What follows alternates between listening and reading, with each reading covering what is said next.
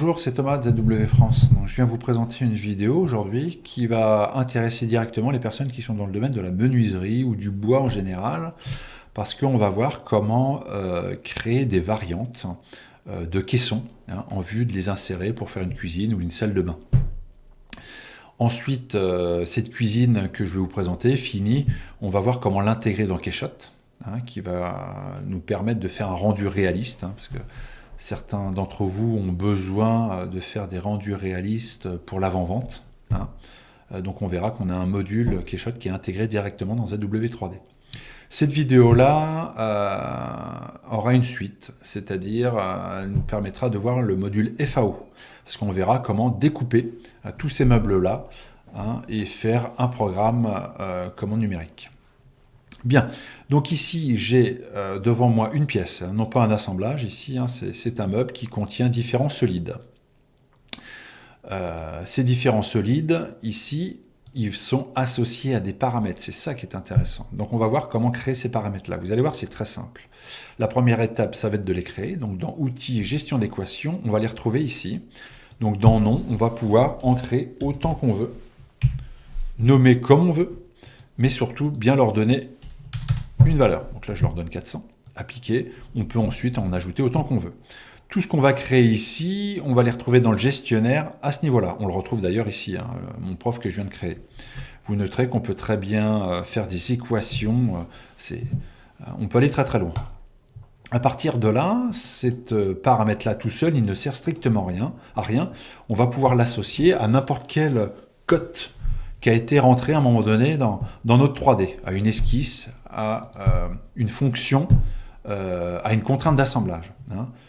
Donc à partir de là, je vais venir éditer un panneau et je vais pouvoir double-cliquer sur une cote. Donc on voit qu'actuellement, il est associé à une variable. Donc ici, je peux très bien cliquer sur le petit icône pour aller chercher toute autre variable. Donc je vais pouvoir l'associer ici. Je vais enlever celui-ci et je vais l'associer à profondeur. Il faut faire juste une fois. La souris est sensible. Voilà. Je ferme ça. Et si je fais une mise à jour, vous allez voir que ce panneau-là va changer. Voilà.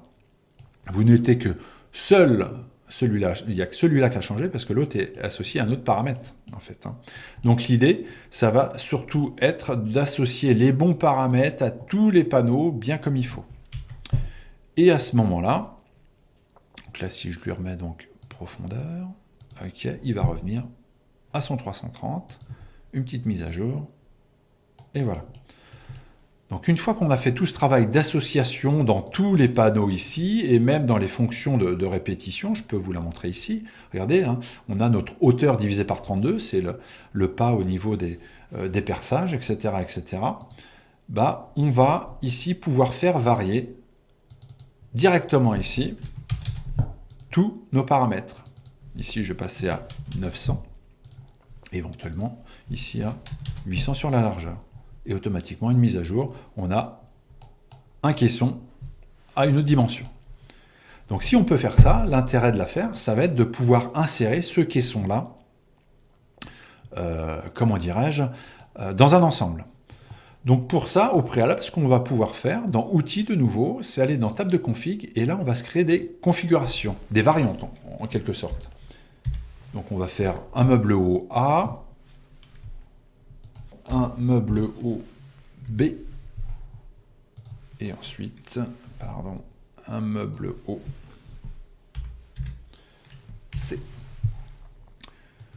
Voilà. À partir de là, ici, on va retrouver une nouvelle fois nos expressions. Donc on va pouvoir cocher les expressions qu'on va vouloir faire varier dans nos différentes configurations et la largeur.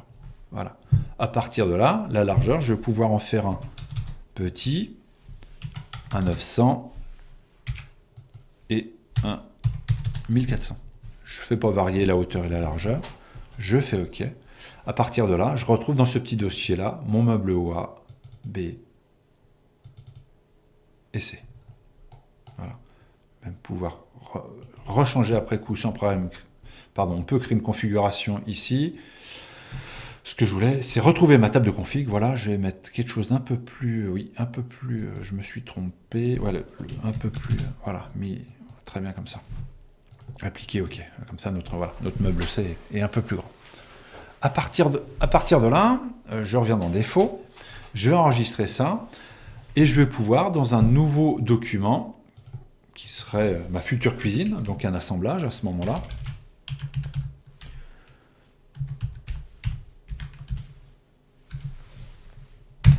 ici, je vais pouvoir, donc dans l'assemblage, venir insérer mon meuble haut paramétrique dans, alors je zoome, dans la variante souhaitée, c'est-à-dire ici, je vais pouvoir insérer le A. Voilà. Je vais pouvoir ensuite insérer le B, voilà, que je vais venir poser ici, et ainsi que le C. Voilà. Donc on va se retrouver ici avec 3 meubles, ici, 3 caissons à des dimensions différentes. Voilà, que je pourrais dupliquer, réutiliser autant de fois que je veux. Donc tout ça pour arriver à quoi? Finalement, à un ensemble global, ici, qui va retrouver, ici on retrouve des meubles hauts, donc dans la même philosophie ici, vous voyez d'ailleurs, c'est lui qui est ici, qui a été intégré plusieurs fois différentes dimensions. Ensuite, on peut faire différents modèles dans le même esprit, ils sont construits exactement pareil. Donc à partir de là, cette cuisine-là, une fois qu'elle est assemblée, on va pouvoir ensuite l'égayer avec des pièces du commerce. Donc ça, je peux vous inviter à utiliser pour ça GrabCAD, qui est un logiciel, un site communautaire de personnes qui ont mis leur 3D à disposition. Donc vous voyez, typiquement, alors je vous invite à taper aussi en anglais les mots-clés parce qu'on a une plus grande liste de choix. Donc vous voyez, typiquement l'évier, là je l'ai retrouvé à ce niveau-là, il est par là, je ne sais plus exactement, mais vous voyez, voilà, il est ici, par exemple. Si j'avais besoin de ramener éventuellement un four, donc on le tape en anglais ou on tape en français, mais j'ai vu qu'en français, j'avais un peu plus de choses, donc je retrouve éventuellement un four qui m'intéresse. Vous allez le voir, c'est celui que j'ai intégré dans le rendu. Donc je clique ici, et je vais pouvoir directement ici télécharger les fichiers. On va le voir ici, voilà, c'est téléchargé. Et à ce moment-là, on a ici le modèle IGES ou STEP avec les différentes photos. Là, vous voyez, typiquement, c'est un modèle SolidWorks, donc on peut venir ensuite l'intégrer, soit l'IGES ou le fichier natif, il n'y a pas de souci. Donc on va revenir ici maintenant dans notre modèle, parce que ici, si vous avez pris l'application Keyshot, ça va vous permettre en fait de venir égayer votre projet en lui rajoutant donc des textures, des lumières, des vues, le mettre dans un point de vue intéressant. Donc là, il vient télécharger en fait le fichier Z3D dans ZWCAD et on est directement dedans. Donc on a un effet déjà tout de suite de perspective. Donc là, le calcul est directement fait en basique. On peut aller beaucoup plus vite ici. On a différents modes de calcul, de pré-calcul en fait. Basique, produit, vous voyez, c'est de plus en plus, ça va être de plus en plus réaliste, mais de plus en plus long à calculer. Donc déjà, pour notre premier travail, on va se mettre en basique, ici.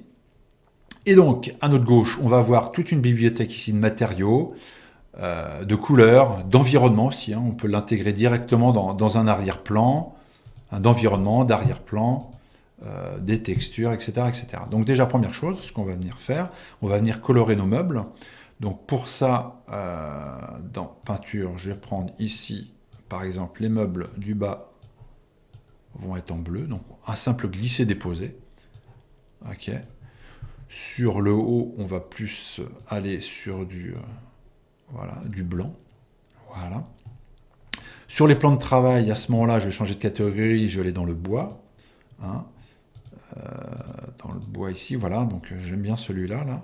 Donc même principe. Mais là, on a une texture un peu plus complexe. Donc il va peut-être falloir même sûrement, qu'on change un peu l'échelle de la texture, parce que si je zoome un peu, vous allez voir, je vais arrêter de bouger, parce que à partir du moment où on ne bouge plus, il commence déjà à faire un pré-rendu. Donc on voit bien que là on ne voit pas le veinage du bois, donc je vais aller dans la partie de droite, dans les matières ici, je vais retrouver à ce niveau-là toutes les textures, les couleurs que j'ai associées, et les couleurs qui sont issues de ZW3D. Donc à partir de là, je vais cliquer sur mon bois, un double clic même, voilà. Et donc là, j'ai à ce moment-là toutes les caractéristiques de la texture. Hein. Vous voyez, on voit la texture, l'échelle, c'est son angle, vous avez tous les paramètres que contient une texture. Qu'est-ce que je voulais vous montrer? Ouais, les propriétés ici de rugosité, de couleur diffuse, etc. Donc moi, je vais jouer principalement sur l'échelle. Donc il faut y aller, ça dépend vraiment de l'échelle qui a été entrée, mais voilà, on voit tout de suite là le veinage à ce moment-là qui apparaît. Hein. Les poignées, là, on va pouvoir les mettre éventuellement dans un aluminium ou on va les mettre en style basique, voilà. Éventuellement un peu brossé, voilà. Paf, voilà. Ok. L'évier aussi. Tac. Voilà. Donc là, si je zoome en arrière, voilà. Donc ici, évidemment, on va trouver le point de vue qui va nous intéresser. On va pouvoir jouer sur les différents paramètres et arriver là, en fait, je pourrais même ici le style. Le glisser même là pour la dernière poignée. Voilà, donc tout doucement, on va venir associer ici des couleurs. Les lumières, ce sont, pour finir, principalement des matériaux qu'on va venir associer à des volumes. Hein. Donc il faut en fait ici dessiner éventuellement des petits, dans ZWCAD, des petits cylindres auxquels on va attribuer la couleur lumière et ils vont diffuser une lumière.